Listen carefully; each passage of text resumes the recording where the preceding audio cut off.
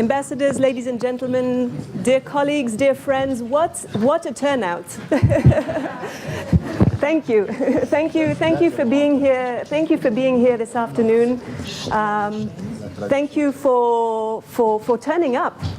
This afternoon is very important for us as the SDG Lab. My name is Nadia Islam. I'm the director of this very new initiative, which was a unit that's established in the office of the Director General, Mr. Muller, of the Office of the United Nations in Geneva. And today is our official launch. We've been operational since the beginning of January 2017, but today is the day that we're going public in a way, as I tell my team. And today what we're going to do, instead of having a classic launch just around a drink, we will have a drink later on, I promise, but we thought the best way of launching the lab is to launch it with an event which is hopefully in the spirit of what the lab is all about. And what the lab is all about is you. Just look at the room. In this room, there's everyone represented, and the beauty of the Geneva ecosystem is represented here this afternoon. As I look in the room, I see member states, I see colleagues from the UN, I see civil society, I see academia, I see business represented here, I see representatives of parliamentarians. This is exactly what the lab is about, and this is what Geneva is about, and it's wonderful to see this ecosystem represented here this afternoon.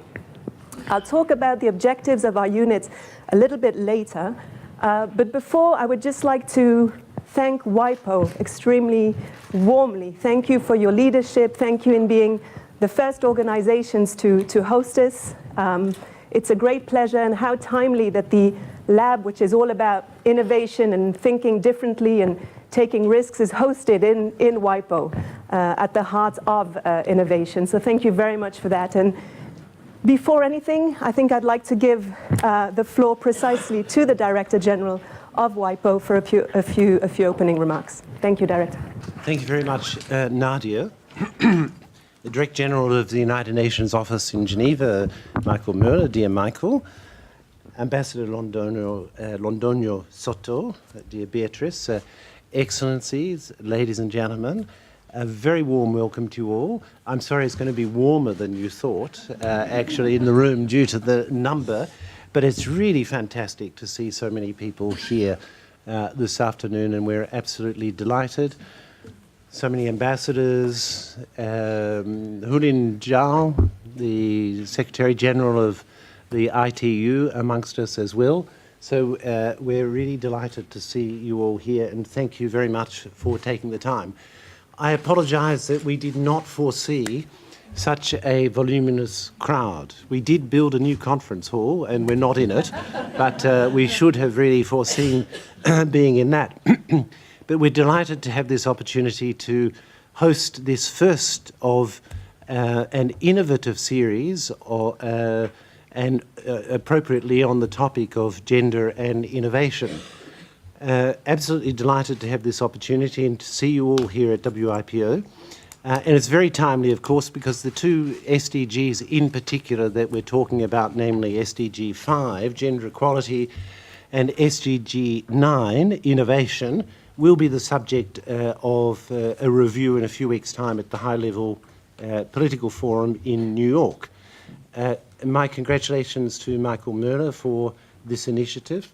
Michael, as you all know, has been a champion of the SDGs and a champion of making Geneva the focal point for the implementation and coordination of the SDGs. And I think that the turnout that we see today, Michael, is testimony to all of the energy that you have put into making Geneva really the central point for coordination of the SDGs. We're also delighted that you take the spirit of the SDGs as really indivisible and totally interconnected to look at the subjects of gender and innovation, which are, of course, vitally connected together. We have done some work in this area, and my colleague Julio Raffo will be one of the speakers who will tell you a bit about the results very interesting results that have been achieved by our study of looking at the participation of women in particular in the patent system and in innovation.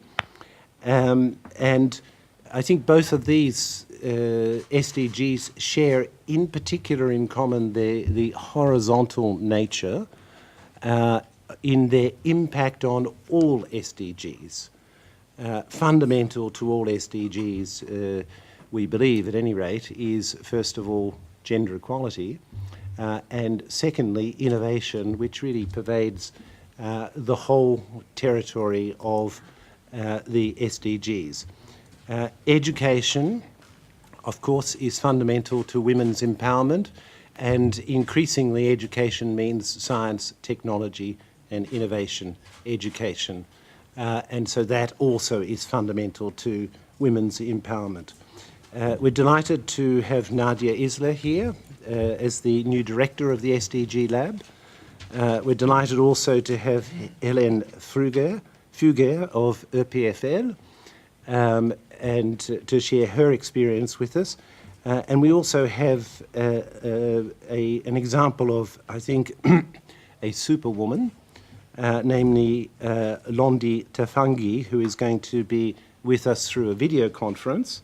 And Londi is a medical doctor, an air traffic controller, a mother of 3 young children, a social engineer, a social entrepreneur, and so really an example of all of the pressures that are placed upon professional women in this day and age, and in particular with respect to the areas that we will be discussing. So thank you once again for your presence. I wish you very good deliberations and a very successful meeting. Thank you.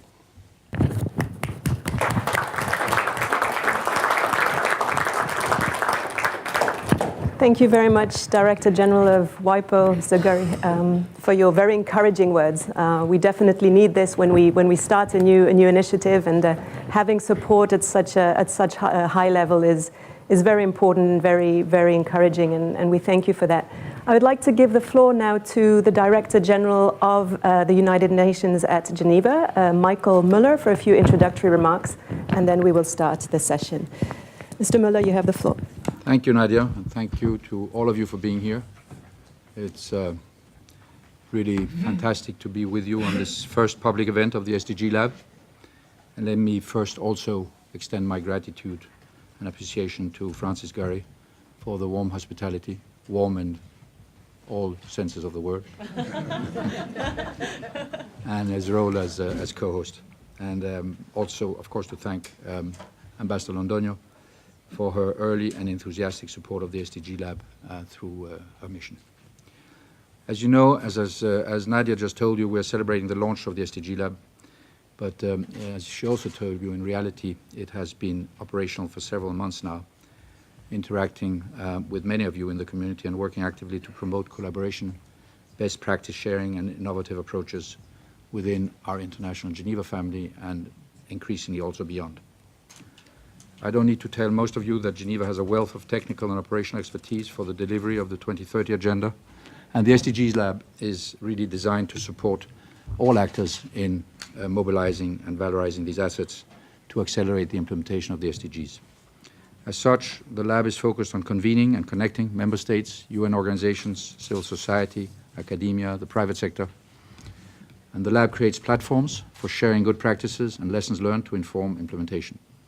And finally, the lab creates a safe space for innovation and experimentation with new approaches and multi-stakeholder partnerships. It's important to note that experimentation is built into the DNA of the lab. Even the team represents a new approach to partnerships. Nadia's team is made up from individuals from a variety of sectors. Through our partnership with the International Institute for Sustainable Development, we have NGO representation on the team. The Mission of Colombia has provided a resource, and we will be undergoing similar arrangements with China in Nigeria and with a number of new partners very soon. In addition, we are actively pursuing arrangements with academic institutions and private sector organizations to ensure that the team represents the diverse nature of the Geneva community. This team in itself demonstrates the approach we need to take for accelerating the implementation of the SDGs. The lab certainly entices us to think and act outside of our usual comfort zones by breaking down silos and drawing links between the SDGs, hence the So What series that we start today, which is a good example of this. Today we'll explore the connection between SDG 5, gender equality, and SDG 9, innovation. And through this format, we hope to support you in your thinking about how the integrated nature of the 2030 agenda can be approached in practice. You know, we're not going to get sustainability without innovation. I think that's pretty clear. And we're not going to make it at all unless all of us are part of it. And if we don't get the 50% of the world population who is female to be equally on board in our efforts, we are simply not going to make it. So both of these goals are incredibly important, and their interlinkages, at least to me, are pretty clear. But hopefully the discussion today will show us how you all think about those linkages.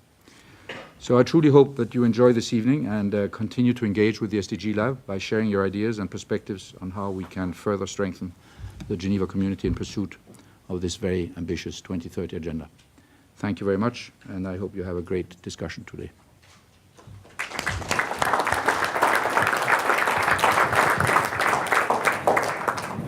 Thank you very much, Mr. Muller. I had planned on introducing to you the lab, but I think my Director General did it much better than I could do it. It just shows his leadership on the establishment of this unit. Maybe in 2 words, Kaylee, if you could just put one slide. I won't bore you too long with what we are and are not, but I think this slide is quite telling. A lot of you have seen it already. Those whom we have met either bilaterally or in groups know this. But I think it's important here to remind us all what the lab is all about. The Director General mentioned that we're a convener, a connector, an amplifier also of practices that demonstrate impact at country level. This notion of connecting directly with country realities is really at the core of our work. And the fact that today we'll be having our colleague directly from Antananarivo telling us what her local challenges are and the opportunities also at country level are very telling of the kind of dialogue we want to engage in. And in order to make sure that we don't fall in the trap of, in a few years, being perfectly irrelevant for country implementation, you are the people we need to be constantly connected with, either through your work with UN organizations because you are the UN at country level, or because you're a country representative implementing the SDGs at country level, or because you're part of civil society that knows what's happening at ground level, or because you're a researcher actually heavily engaged in operational questions, or because you're part of the business sector genuinely wanting to engage in this agenda. We're also a translator. I won't go into details. I think that's quite self-explanatory, but we all know that as an ecosystem, we sometimes use different languages. We often have similar goals, and we have similar goals, the SDGs, but we may use different words, or we have different incentives to engage in that agenda. And the notion of translation is something that we have identified together with you as being one of the niches for the lab. I've lost my slide. If I could have it back, that would be great. Otherwise, I think I know it by heart. So we're an amplifier, a connector, a question asker. And this afternoon is precisely an activity under this cluster. We believe that Geneva really offers the policy space to be very blunt about things. You know, what's in it for all of us at the end of the day? What's different about the SDGs? What's in it for business? What's in it for civil society? Why should we think differently? Why should we think, act, and invest in a horizontal way? Those are the kind of questions that we want to ask, and we want to engage with you to find answers. And we're an experimenter, and this afternoon is an experiment. We have no idea whether this is going to be useful, and what we can assure you is that we will remain as agile and as responsive to all of you. If you say in 2 or 3 months' time or in 6 months' time, you know, the So What series was a great idea, but why don't we tailor it in this way or that way so that it's even more useful, we will do so. So this is an experiment, and we have to experiment it together. The series this afternoon, as Director Gurry was saying, is really about connecting 2 goals. a lot of stakeholders with whom we have engaged either bilaterally or in groups have said, you know, the paradigm shift of the SDGs, this indivisibility, we all know it in theory, intellectually, it all makes so much sense. But what does it mean in practice? How does this actually, how do we land that? Why is it that we have to look at the SDG in a holistic way? What do we gain out of that? We know the response, a sustainable response, right?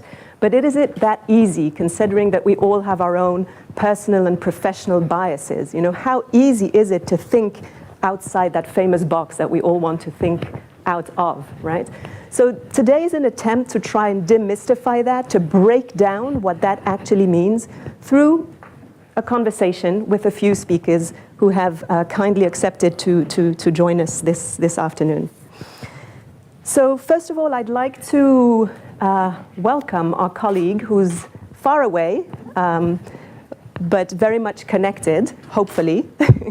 Our colleague is called Landy Sitraka, and she is based in Antananarivo in Madagascar. And as the Director General was saying, Landy has a lot in her life, and probably more than we could fit in 10 lives. So Landy is a medical doctor. She's an aerospace controller, a social entrepreneur, because Landy has actually created, together with a group of women, the very first mutuelle, the Mutuelle de Santé, for people that are in the informal sector. As Landy was telling us when we were preparing this, more than 90% of the population is in the informal sector. And she has been, together with a group of women, behind this initiative to address the medical, the inequity in access to medical care. And as a doctor, she's very well suited to see that on a daily basis. So Landy, first of all, can you hear us? Yes. And I'm going to switch in French. Je voulais tout d'abord parce qu'on a décidé de se tutoyer, je voulais tout d'abord te souhaiter la bienvenue et te présenter à l'ensemble des personnes ici cet après-midi. Tu as entendu mes mots d'introduction. Pour nous, c'est tellement important d'avoir cette connexion directe avec les contextes locaux pour que ce que nous faisons ici au niveau global ait un sens et que nous soyons constamment connectés avec le local et que le global et le local soient connectés. Donc merci beaucoup d'être là cet après-midi. In terms, just for the question, I'll switch to English because my notes are in English and my brain is very much in English. But with those 4 roles which you have, and I'm sure you have many others, right? And those 4 roles actually make a difference in terms of development at the level of your country. What would you say are key conditions or enablers that have given you the opportunity to manage those various tasks? And in what sense has innovation actually supported you in doing so? Tout d'abord, je dis bonjour tout le monde et c'est un plaisir d'être avec vous cet après-midi, de partager mes expériences avec vous. C'est vrai, je fais beaucoup de choses. J'ai 4 filles, comme vous dites, mais il n'y a pas de miracle, j'ai 24 heures par jour comme vous autres. Donc là, il y a juste question de temps, il faut juste savoir gérer son temps. Et moi, personnellement, je suis très stricte sur le respect de mon agenda journalier. Je dis non à la procrastination. Je ne remets à jamais ce que j'ai planifié pour aujourd'hui. Je dois le finir aujourd'hui. Ça, c'est une chose. Une deuxième chose, en tant que leader, on doit savoir déléguer certaines tâches. Pour qu'on ne se trouve pas déléguer certaines tâches, comme un exemple qui me vient dans la tête, c'est pour mes enfants par exemple, j'ai 3 enfants. Dans la mesure du possible, j'essaie d'être là pour eux, mais vu mes obligations et mes responsabilités, ça arrive que je ne sois pas là. Donc là, j'ai mon mari que je remercie de tout cœur pour son soutien, et pour son amour, de m'aider avec les enfants. J'ai aussi mes parents et mes beaux-parents qui veulent bien m'aider pour les prendre les enfants, les aider à faire leurs devoirs lors de mon absence. Ça, c'est une chose. Aujourd'hui, vous m'avez demandé en ce qui concerne l'innovation. Moi, je suis le genre de femme qui me balade, qui qui me balade avec mon ordi portable, tablette et téléphone et qui est connecté H24 tout simplement parce que je ne peux pas vivre sans. Parce que c'est la technologie qui fait que je sois la femme active aujourd'hui. C'est cette technologie même qui fait que je peux faire autant comme un homme ou même plus qu'un homme. Tout simplement, je vous donne quelques exemples. Il y a mon agenda électronique, par exemple, qui me dit tout le temps ce que je dois faire. Ça, c'est grâce à la technologie. Je suis connectée pour voir les emails, pour être sur des réseaux sociaux, pour communiquer avec les autres. Et il y a l'Internet aussi pour toute information que je voudrais avoir. Donc, comme on parle de innovation et genre, aujourd'hui, je voudrais juste dire que de tout ce que je viens de citer, la technologie est un des facteurs clés qui aide surtout sur l'émancipation du genre d'abord, et puis qui aide sur l'égalité des sexes, je pense.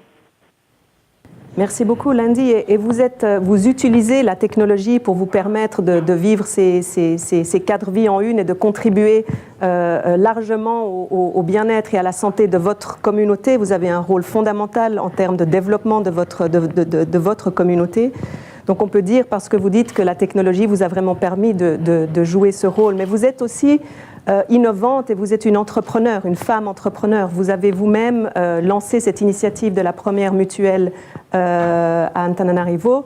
Et ma question est, d'où est venue cette idée? Pourquoi est-ce un groupe de femmes derrière cette initiative? En quoi vous amenez une valeur ajoutée en termes de développement au niveau de votre communauté? Et pensez-vous que la manière dont cette mutuelle a été créée, pensez-vous qu'elle aurait été bâtie différemment ou qu'elle ressemblerait à autre chose si derrière cette innovation, il n'y avait pas un groupe essentiellement de femmes?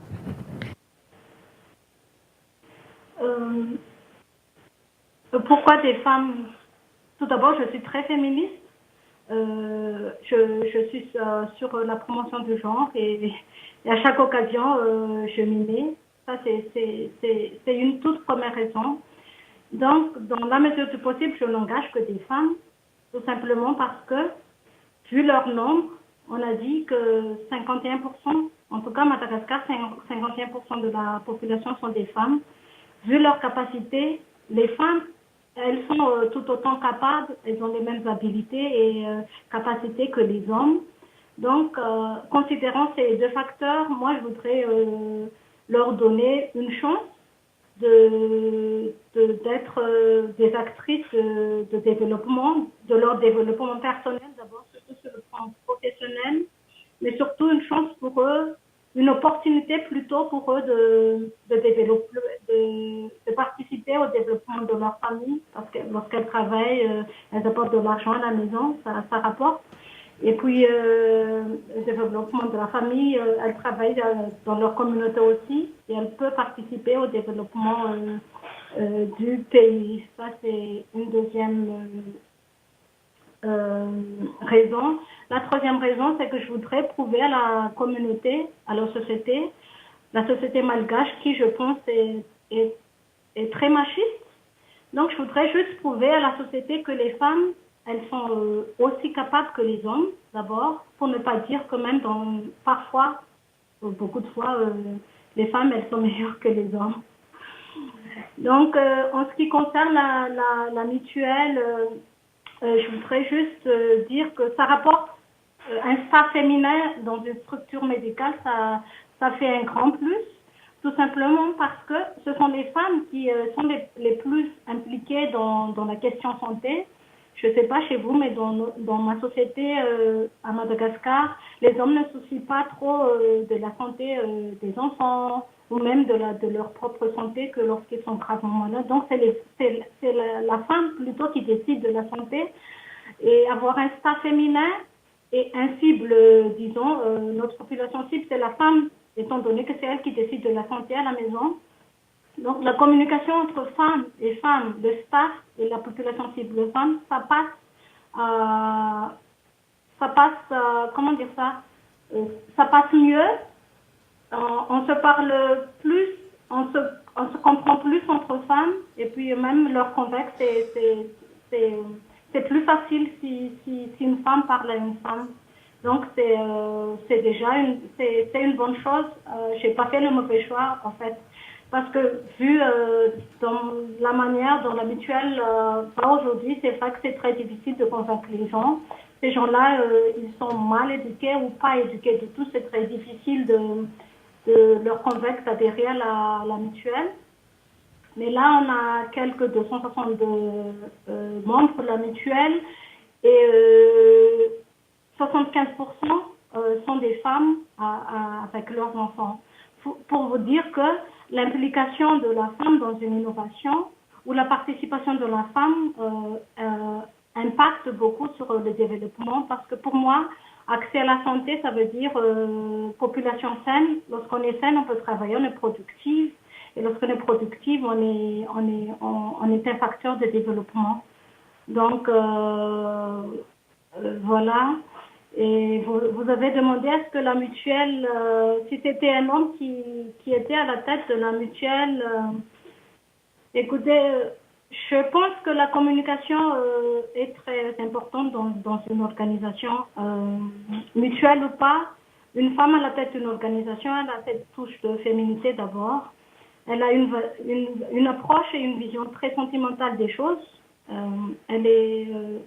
Elle a cette compassion qu'un homme n'en a pas.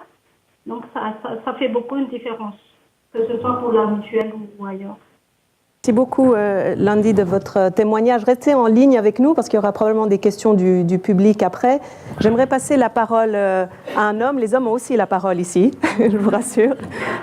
J'aimerais passer la parole à Julio, qui travaille pour WIPO. Et Julio est je vais parler en anglais, is a senior economic officer at WIPO. And his research topics of interest are the economics and metrics of innovation and intellectual property, with a particular focus on their intersection with socio-economic development. So we're passing into another kind of angle of the theme that we're looking at today. So I understand that WIPO has developed a tool to analyze the data, to have statistics on female-male representation in patents. So could you tell us a little bit more about this tool, and what was the incentive of WIPO in developing such tool? What are you hoping to get out of that tool beyond the actual results of that statistics show? We want to know more, and we try to research and learn more. But we have also a mandate to fulfill the SDGs.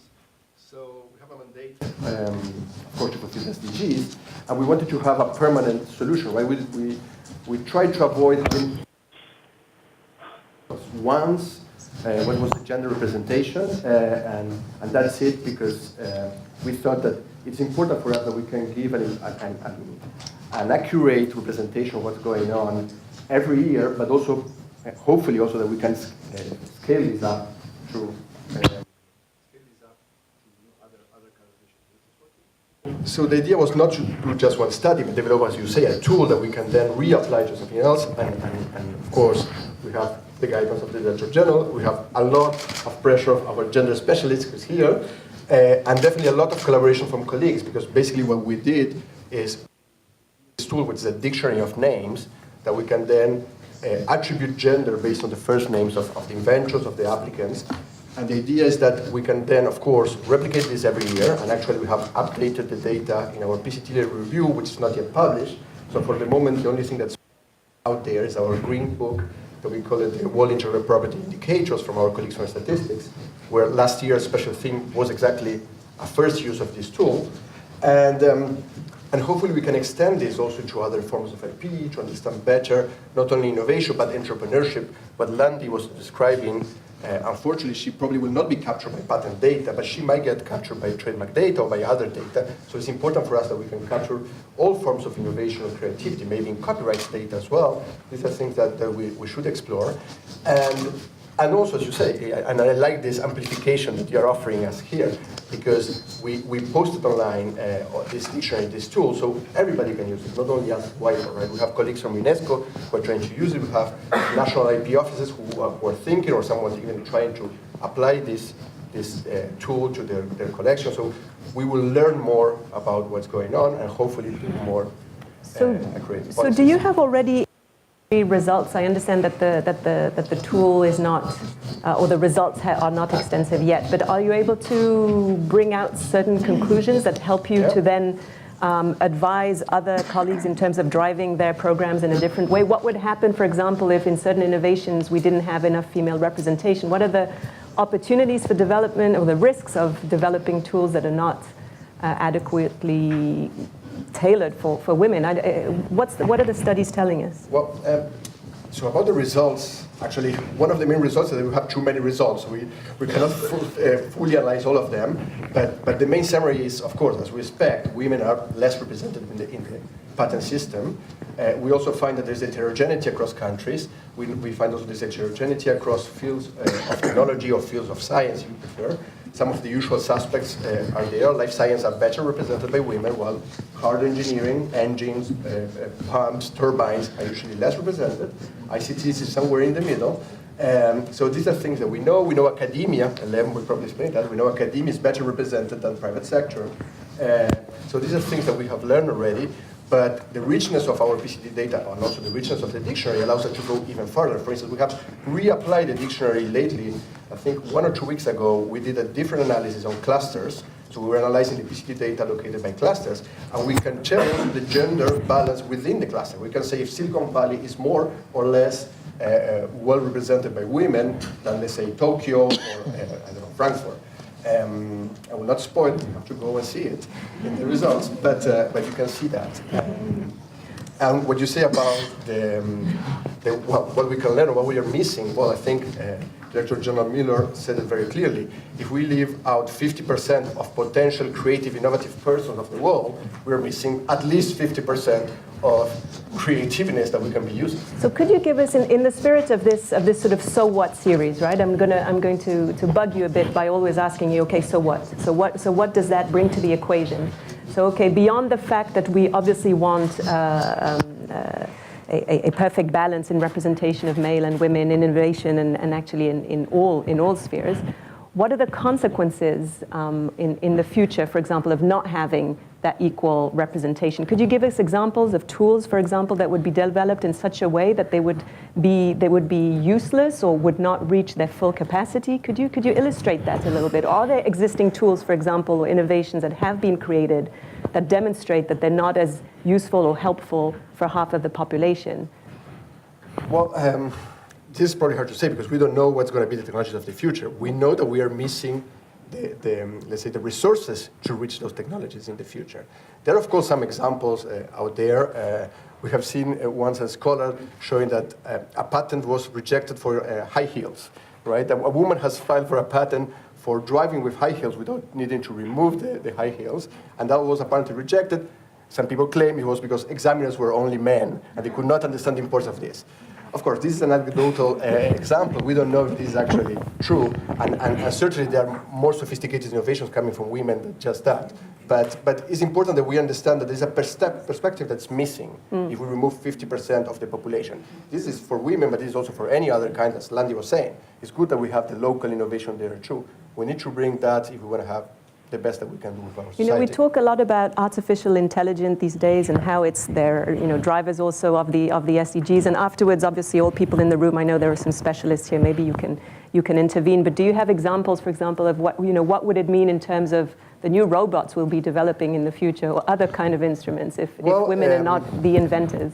Yeah, there's one example I can think of that actually is not from me, but actually is from a specialist that Hélène will invite soon here to Geneva.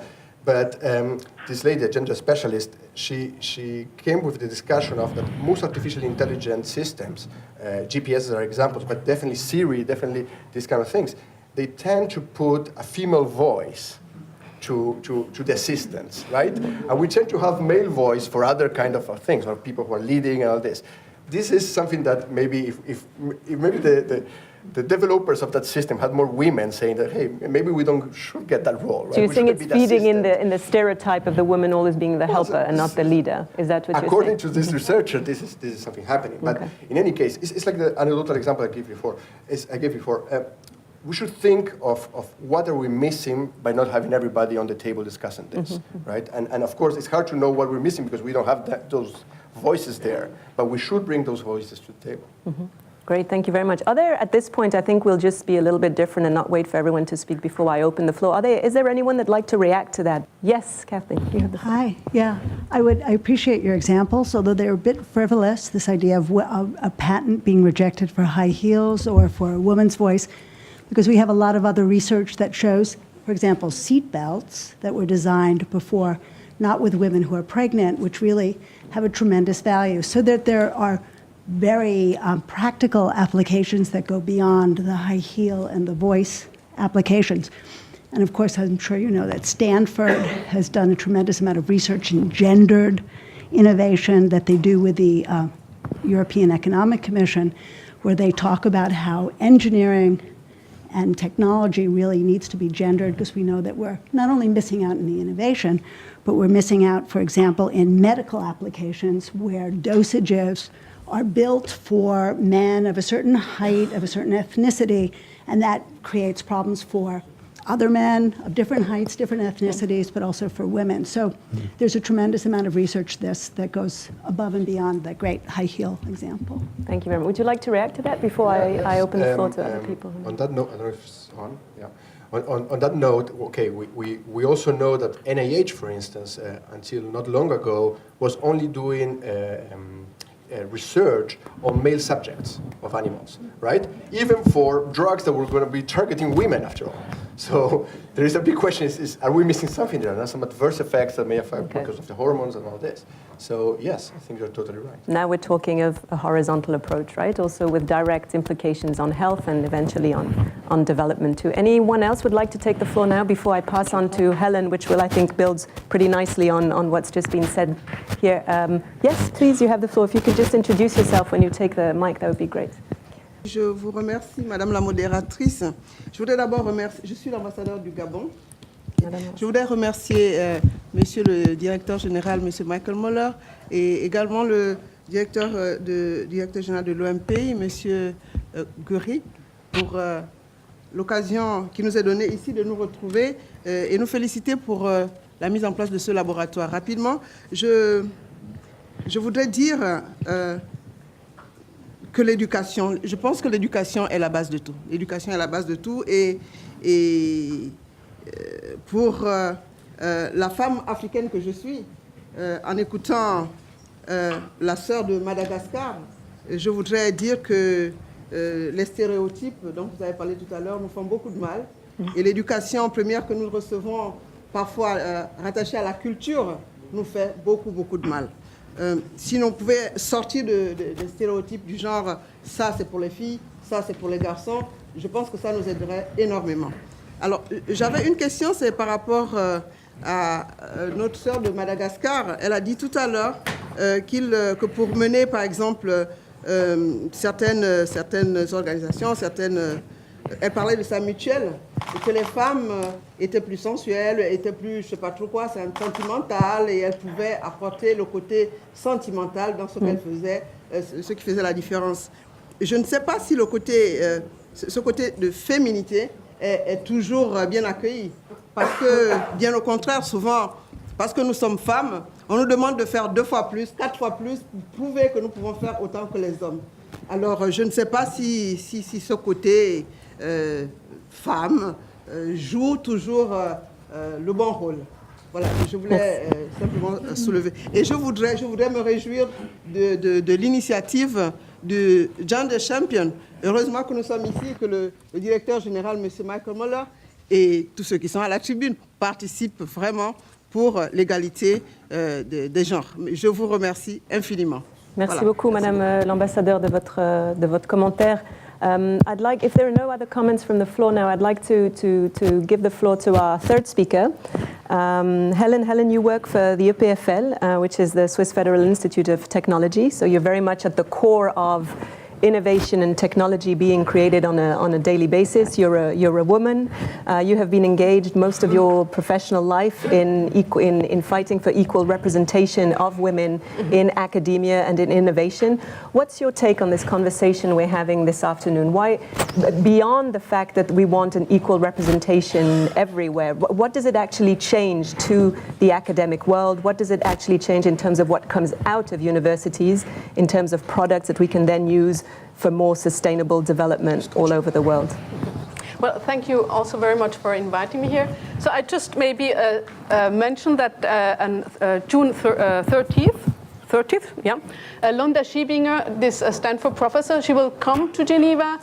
Our colleagues from the University of Geneva and myself, we invite her to talk on gendered innovation, because even though we might think, we know about it, actually it's not yet really in the mind of researchers, and there really needs to be a lot of discussion and awareness raising done, so that it is being integrated. EPFL, for example, champions personalized medicine, and of course, when we talk about personalized medicine, it sounds perfect. You think, well, this will be exactly for me, for my needs. But it's clear if the research that is behind this personalized medicine is not done with, on even animals, male, female animals, and integrating also gender issues, lifestyles, realities of women and men live in. This personalized medicine will be personalized only for a very small part of the humanity. So we really have to take into account these aspects right from the start, and this is what she will, tells in her approach. It's right from the start. It's not just at the end when you talk about how much do I have to give to this person. You have to integrate it right from the start.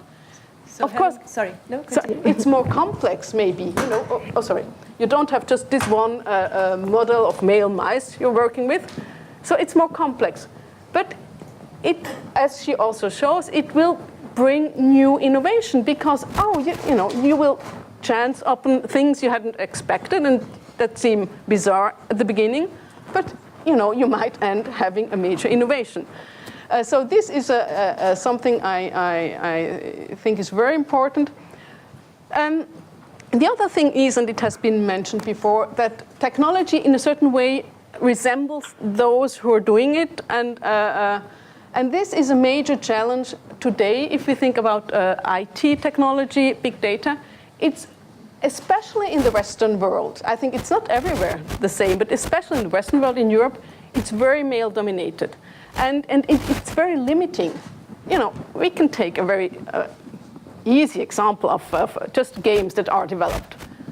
I mean, who are these games for? It's only for male. And it's that much the case that you don't even think about that it might be different. Could you give us an example, maybe, of some games, and what does it, so what? What does it actually mean then? I'm not very much into it, computer games. But a professor told me that actually he realized that there had been a game that was very, very popular among girls. Now, when you looked at it, it seemed, because it's about princess and you have to put them the clothes on.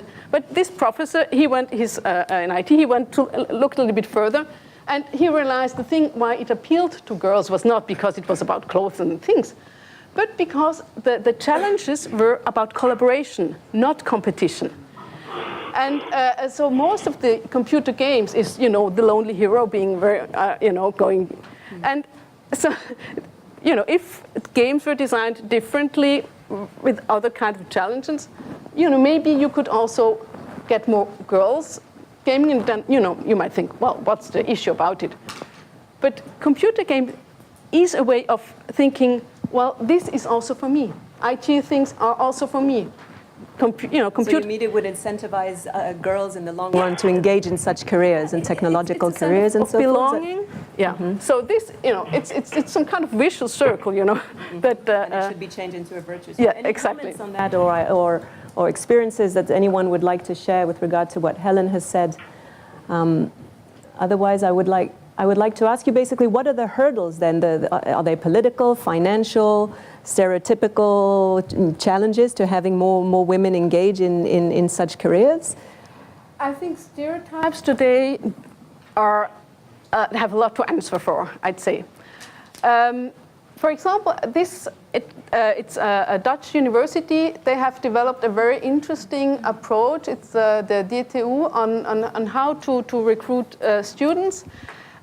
Because if you're talking or like selling, if I may tell, or advocating technical subjects, courses, only talking about technology, you talk only or be heard only by those who are already interested in technology. But if you are getting the young interested in technology by talking maybe about environment, health, social issues, at a sudden, the people that will be listening to you are a much broader audience. And you'll have lots of girls listening also and think, oh, I'm interested in science, in environment, I'm interested in health, it might be something for me. And they actually had a very nice campaign about dreams. What is your dream? What are you dreaming about? And then getting the young to ask, well, my dream is this and this. How does it relate to technology? Mm-hmm. So that they connect, and it really helps them improve the student numbers. And at EPFL, we try a little bit to get onto that as well. We'll end up on the statistics of Julio in a few years. Thank you very much for that. Tenemos la suerte también de tener la embajadora Londoño con nosotros, y muchísimas gracias por estar con nosotros.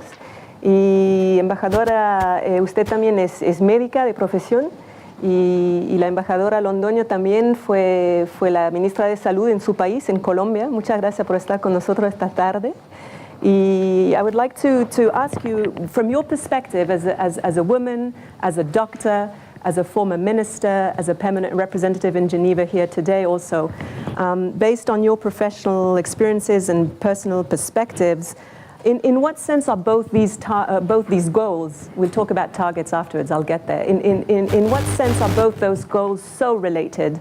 The goal on innovation and infrastructure and women. Embajadora. Muchísimas gracias, Nadia. Mil gracias a Michael, a Francis, a la UNOG y WIPO por esta iniciativa y definitivamente a ti por liderar el SDG Lab. Esta es una experiencia de la que todos nos podemos nutrir. Going back, and I think at this point is, I'm not going to talk about the bad experiences, I'm going to talk about the positive ones. And I consider that when we are talking about gender and innovation, we frequently relate to resources, lack of support, institutional not alignment of institutions, etc. And that my country is not an exception. Even if we, as a minister and even in previous years before then, what I could see was exactly that. And I think the country has made lots of progress trying to bring together many people back to the country, but at the same time, creating friendlier stimulus and ecosystems for innovation. But I would just like to... L'innovation. Mais j'aimerais brièvement vous donner quelques... In rough terms, Colombia is the economy number 30 in the world. But when we talk about innovation, we are around 60 or even lower, depending on how you measure it. That means mais lorsqu'il s'agit the gap shows a lot about what we are probably not doing and what we need to do. And this is a big challenge because we are an exporter, mainly an exporter of raw materials, and that is about 40% of our exports. And if we rely on that, we are going to be a typical country that is going to fall in the middle income trap. In other words, Colombia, as many other countries in the developing world, is challenged by this change. But what I would like to emphasize now is this is a great, great historical moment because women are having more visibility, because women are being empowered, because I think there is a growing consciousness about the role that women can play to create and to make possible the well-being for millions of people around the world, but also to create wealth. And this means, in other words, that both are intertwined, and when we're talking about 50% of the population are women, and this is something that we see clearly, that innovation is linked necessarily to empowerment.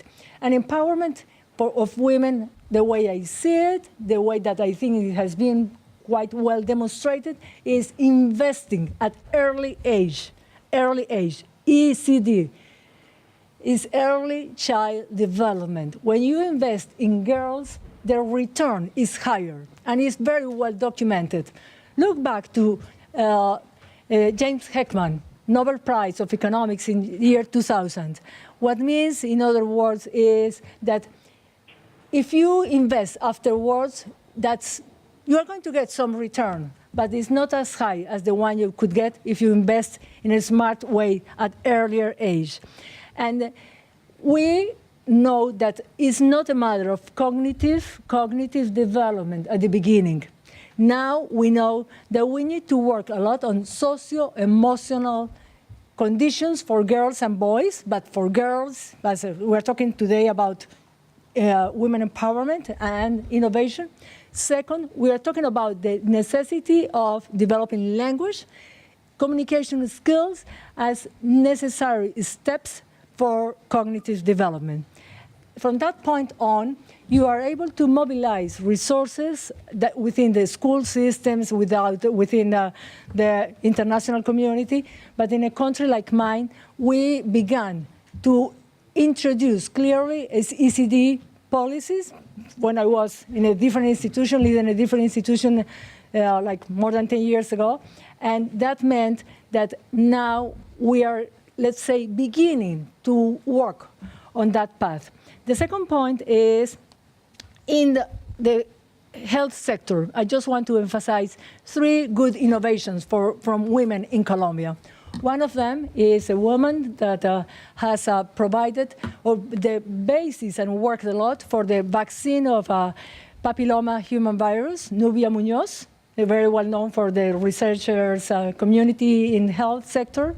Second, the possibility that to take care of caregivers.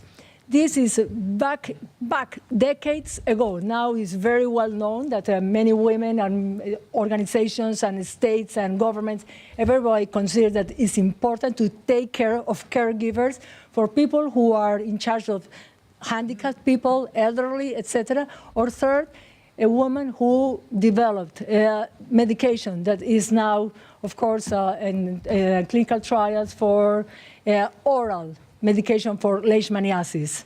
And this is just an example that to provide that we need to create the proper environment, and the government has the role of facilitator.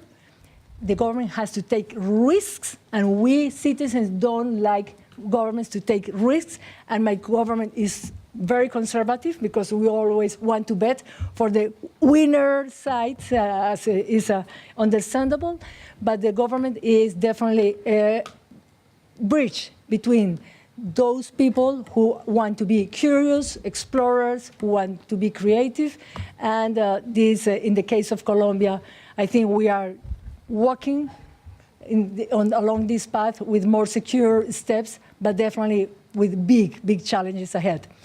In 1980, I have my dear colleague from Korea here. In 1980, we had the same income per capita than Korea.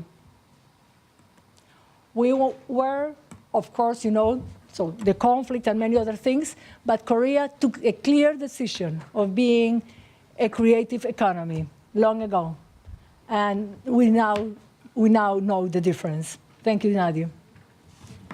Thank you very much, Ambassador. Thank you. You can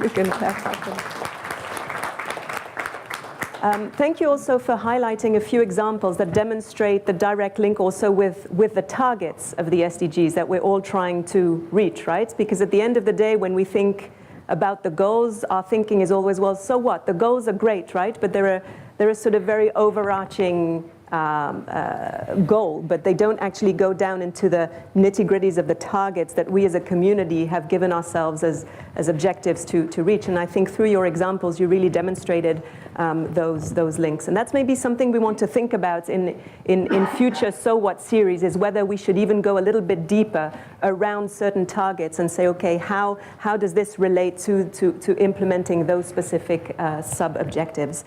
But before we have a discussion on that, that and how we could move forward in the future. I'd like to open the floor for any reactions, comments, questions, whether this conversation has made you think of a different way in terms of a policy or a practice or a tool. I see some nodding. That's always quite positive. But anyone would like to take the floor? Yes, sir, you have the floor. Thank you very much. I am Korean ambassador, and in response to what Ambassador Soto said, I can say that one of the reasons for the economic success of Korea was that our women were very active in our economic daily life. And usually we found out that women are better than men, at least in Korean society. Having said that, I think it's now a common knowledge that women are underrepresented in the world of science, research and development, and innovation.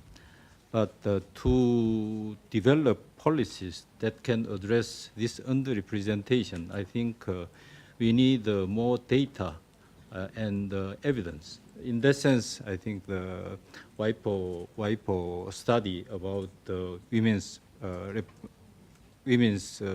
representation in patents is very interesting. But I think we need more of these types of data to support development of policies that can help women's participation in innovation. And on the basis of this data and evidence, I think we also need to identify the underlying causes of this underrepresentation. There were passing remarks about the stereotypes, lack of education opportunities, etc., etc.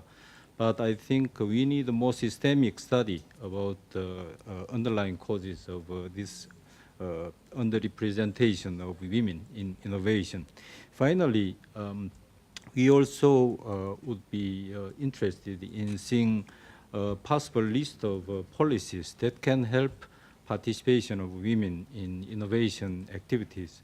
For example, in Korea, we have Women's Inventors Association, and the government provides financial support to this Women Inventors Association so that they can host events encouraging women to compete for inventions, and also we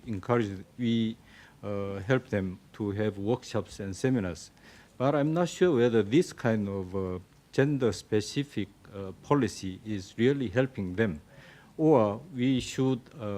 I'm wondering whether we should be aiming for other types of more creative ideas. And of course, you would be really interested in what kind of possible policy options we have in this area. Thank you very much. Thank you very much, Ambassador. I think it's particularly encouraging to see also that you've opened a door basically for us to use the lab even more so as a place where we can share those practices. A strong call, I think, from the Ambassador here to say, you know, are there policies out there that can really bring more sustainable results? Maybe some of you in the room have or are in the process of developing certain policies based on your experience that you think will yield more positive results. And you were actually indirectly alluding to target 5.5 to ensure women's full and effective participation and equal opportunities for leadership at all levels, including in innovation. So I'll introduce to you afterwards the tool that we've developed in the SDG Lab for you to be able to ask those questions and deposit practices or ideas or processes that have brought impact in your countries or in your context, and hopefully we'll be able to suggest some interesting policies to you, Ambassador. But I saw that our colleague here wanted to take the floor. Good afternoon to everyone. Nadia Balgobin, representing Global Ethics Foundation. I had just one question related to innovation. While advancing innovation for women to be better involved, I was asking myself, what about the conditions undergoing with innovation? Does it fall under responsible production and consumption? Whether we look at child labor, whether we look at working conditions, where do we address this? Excellent question. Who's got the answer? I think there is no clear answer, right? It's more a call to all of us to think about that and to focus on those very concrete targets. Yes, there is. Yes, Director General WIPO. I think that when we look around, because we do, that government ministries around the world, there are relatively few that have ministers for innovation.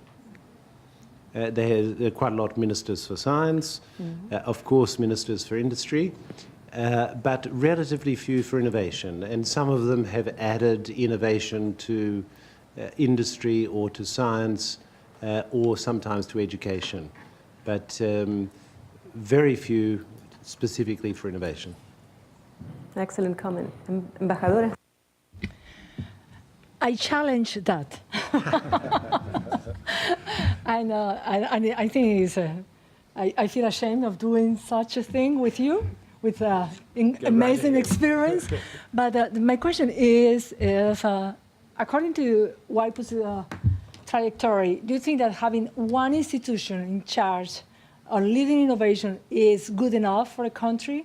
Or if you have like a policy and push all the institutions, public and private, are trying to create that system or that environment that is friendly, that really conveys people who want to explore, do research, etc., to invite women and girls to dream, as Helen was saying, to create the possibility for them to express their aspirations, their needs.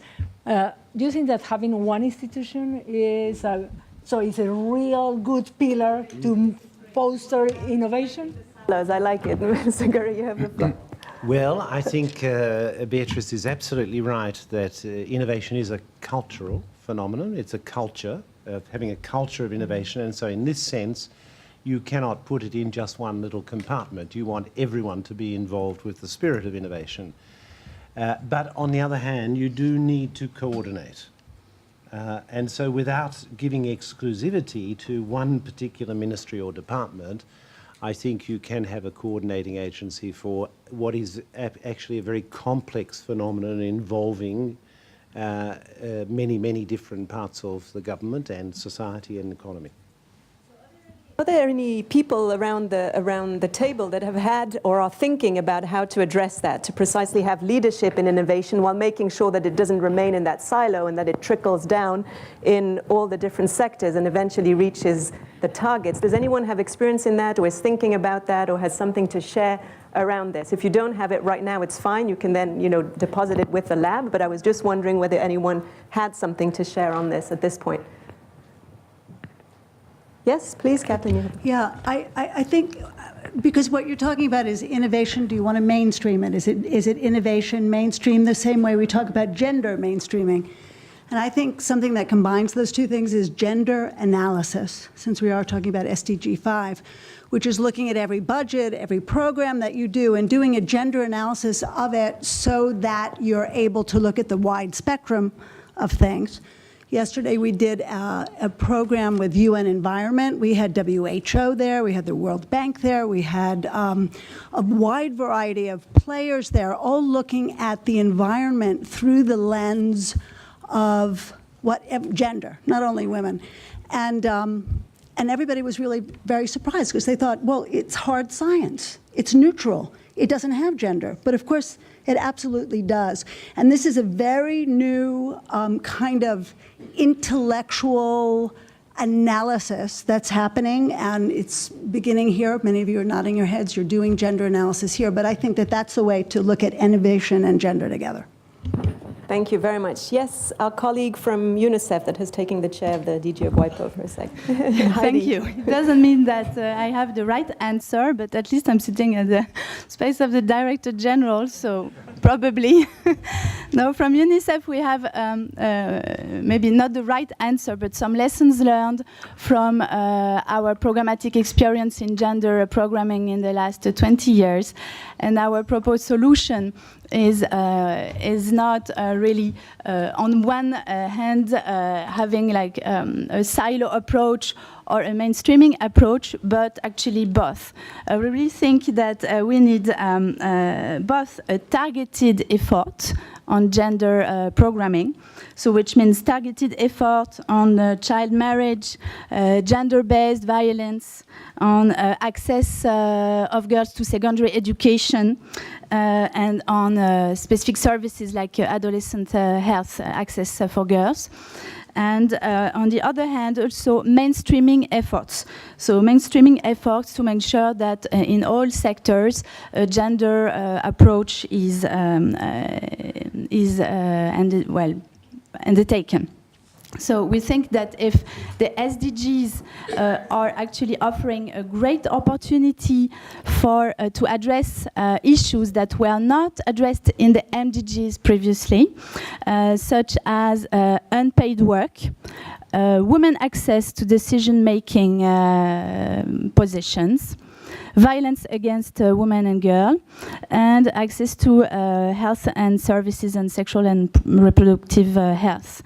So what we think, and very much in line with what the ambassadors already said, we need improved data, improved collection of data to make sure we develop the most effective and innovative solutions to address both the visible gender disparities, but also the underlying causes of those gender disparities. We need to improve education and to that effect, improve WASH services in education, in primary and secondary schools, so that girls can actually access to education. We need to develop behavioral change and mass media communication to raise awareness on gender inequalities, and finally, enhance policies and national plans to address all that. So those are our so what proposed solutions from UNICEF. Thank you. Thank you very much, Heidi. That's extremely helpful, and thank you for giving us that sort of horizontal perspective to things. And we certainly at the lab would like to capture those suggestions and put them on our website. And there's also something I'd like to say. In the Office of the Director General, the SDG Studio was launched just a few weeks ago, which is a place precisely where we want to hear these different voices, everyone's voices, not only so-called experts. Everyone's an expert, right? So these are the kind of ideas and suggestions we'd like to capture. But I'll mention that a little bit later. Are there any other comments? Because I slowly have to bring this to an end, but I'd like to give the floor to Danone here. Isabelle, you have the floor. We are so pleased that the SDG Lab is launched. We believe it's a great opportunity for all of us to experiment things together to find the best solutions. I would like to share Danone perspective. So I'm Isabelle Cromet, being the catalyst of alimentation for Danone. And I would like to get the perspective of the private sector, because we believe it matters for innovation, it matters for performance. And at Danone, we have 3 priorities regarding gender and innovation. It matters from a gender equality perspective. And why? I would like to share with you one number. Companies with women at executive board level are outperforming by 84% on return on sales. So because of this, Danone has engaged and commits to major commitments such as senior parity leadership or the new parental policy that we just released a few weeks ago. The second element, beyond gender equality, I think this is something important. It's about culture. We have discussed this this morning, for instance. But we believe that beyond gender equality, culture and diversity of nationality is key also in this debate. And we believe that ethnically diverse companies are 35% more likely to perform their peers. This is from McKinsey Institute. And because of that, we also committed on diversity of nationalities and geographies beyond women and male.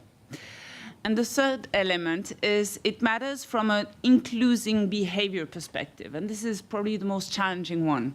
But we believe that companies with high level of inclusion and diversity are more likely to be innovative leaders, as Deloitte has measured it on innovation.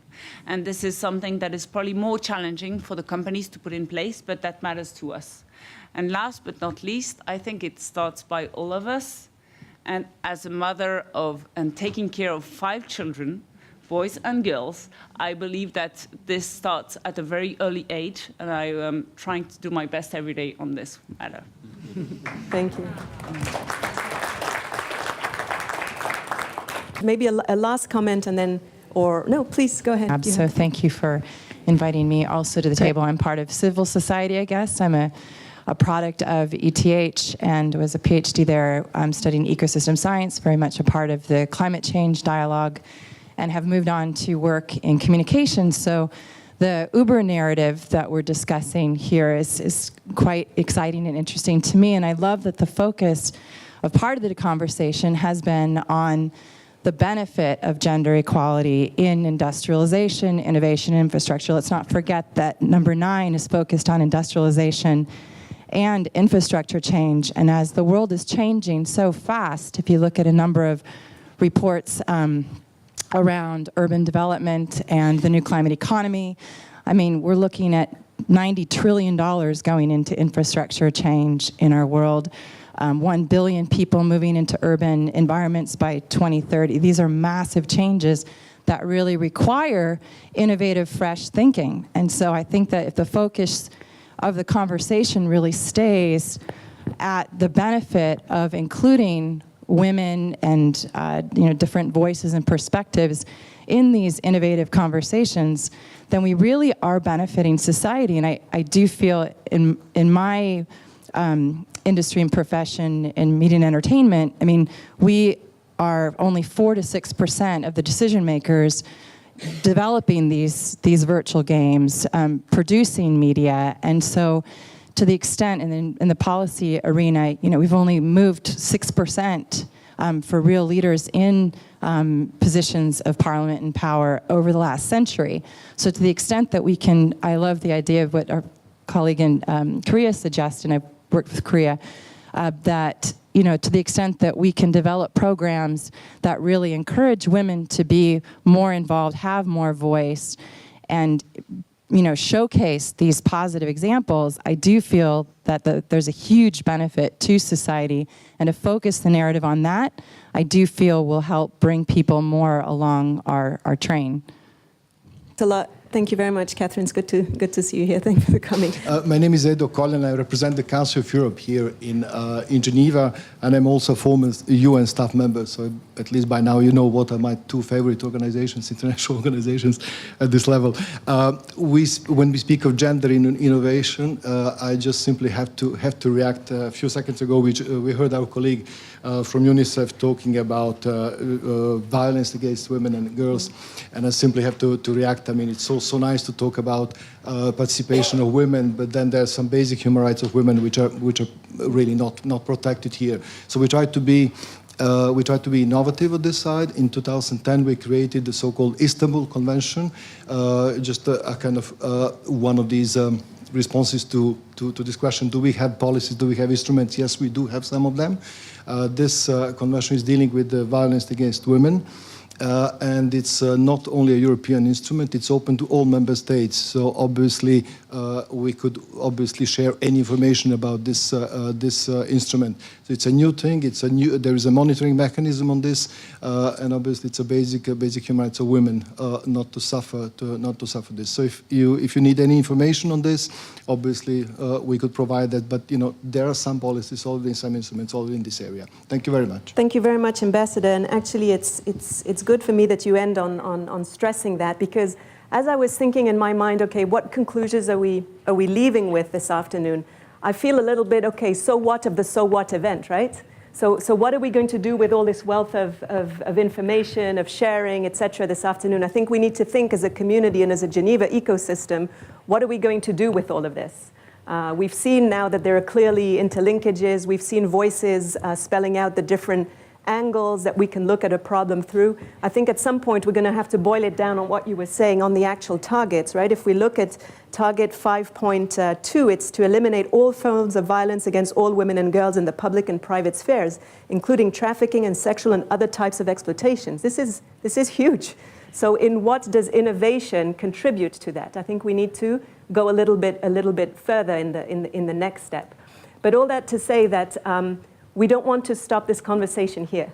As an SDG Lab, this is just a way of initiating the conversation, and it was a way of trying to break down this indivisibility that we all talk about by putting together two goals that seemingly may not have such, at a first glance, what does innovation have to do with gender and the other way around? It could be that it's not that obvious. I think after today, it's pretty obvious that the correlation really is there. And I thank you for all your contributions to that. Now, I'd like to also announce today, so not only the official launch of the SDG Lab, I think that's pretty clear, but I'd like my colleague Kaylee, if you could just put the next slide, because we're launching our website. So many people have told us after even 1 week of being established, where's your website? And we said, okay, hold on, we don't even know what we're going to do, so give us a little bit of time. So now I think we have clearly identified what the clusters of our work are. One is us as a connector, as a convener. Today is an example of this. As an amplifier, and I think there's been a lot of demand in the room, and I know also from our conversations outside the room, there's a lot of demand for, can we amplify those practices that demonstrate impact, those tools, those policies, as the ambassador was saying. So this is what we want to do.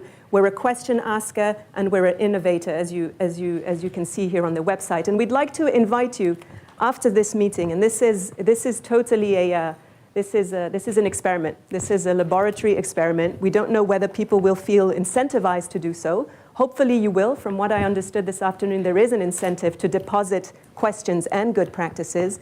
Go on our website, and you'll be, for the next month or two, until we have the next version of the So What series, we invite you to share with us specific partnerships, tools, policies, that in your view have demonstrated impact for development in connecting both those goals. So demonstrating the added value of doing so. There's a very simple questionnaire so that you don't need to come with your PhD.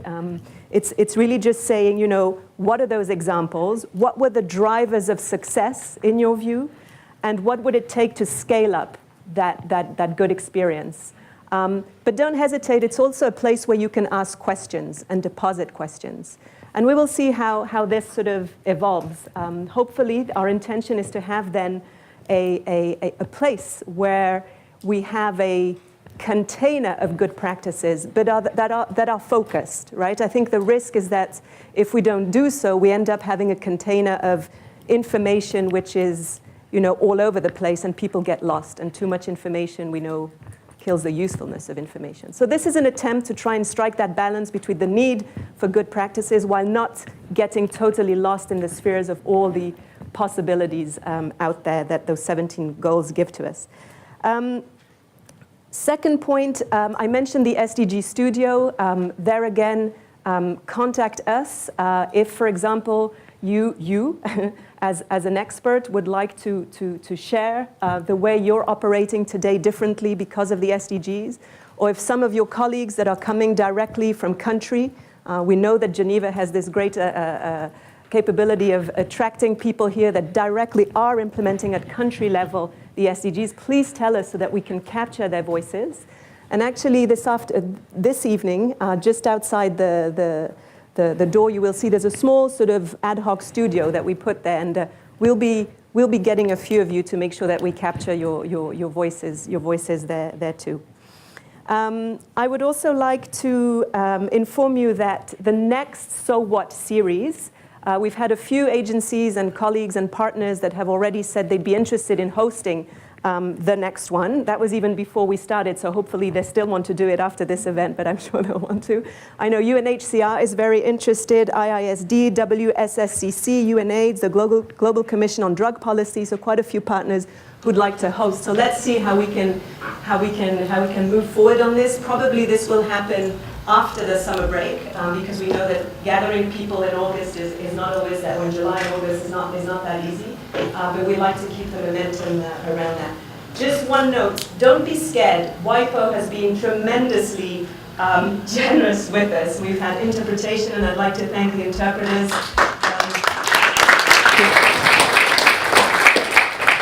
When I say don't be scared, is it doesn't have to be as beautiful as what WIPO offered us today, okay?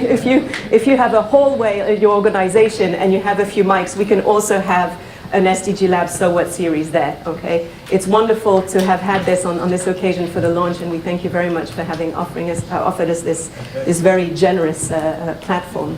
Last but not least, I'd like to thank our speakers. Andy, thank you so much for having been with us. Let's keep in touch. We want to make sure that we capture your voice in the SDG studio too. And we have all the contacts of our speakers, obviously, if you'd like to interact with them after this event. I'd like to thank WIPO again. I'd like to thank Ambassador Londoño also for your leadership as a country and as an ambassador here in Geneva, and your support for the SDG Lab. It's so appreciated. Director General Muller, for your leadership also. And if there are no comments or burning issues that anyone would like to raise, I think I'd like to bring this meeting to a close and invite you all to a drink, which is generously offered by WIPO just outside the room to formally launch the SDG Lab. Thank you.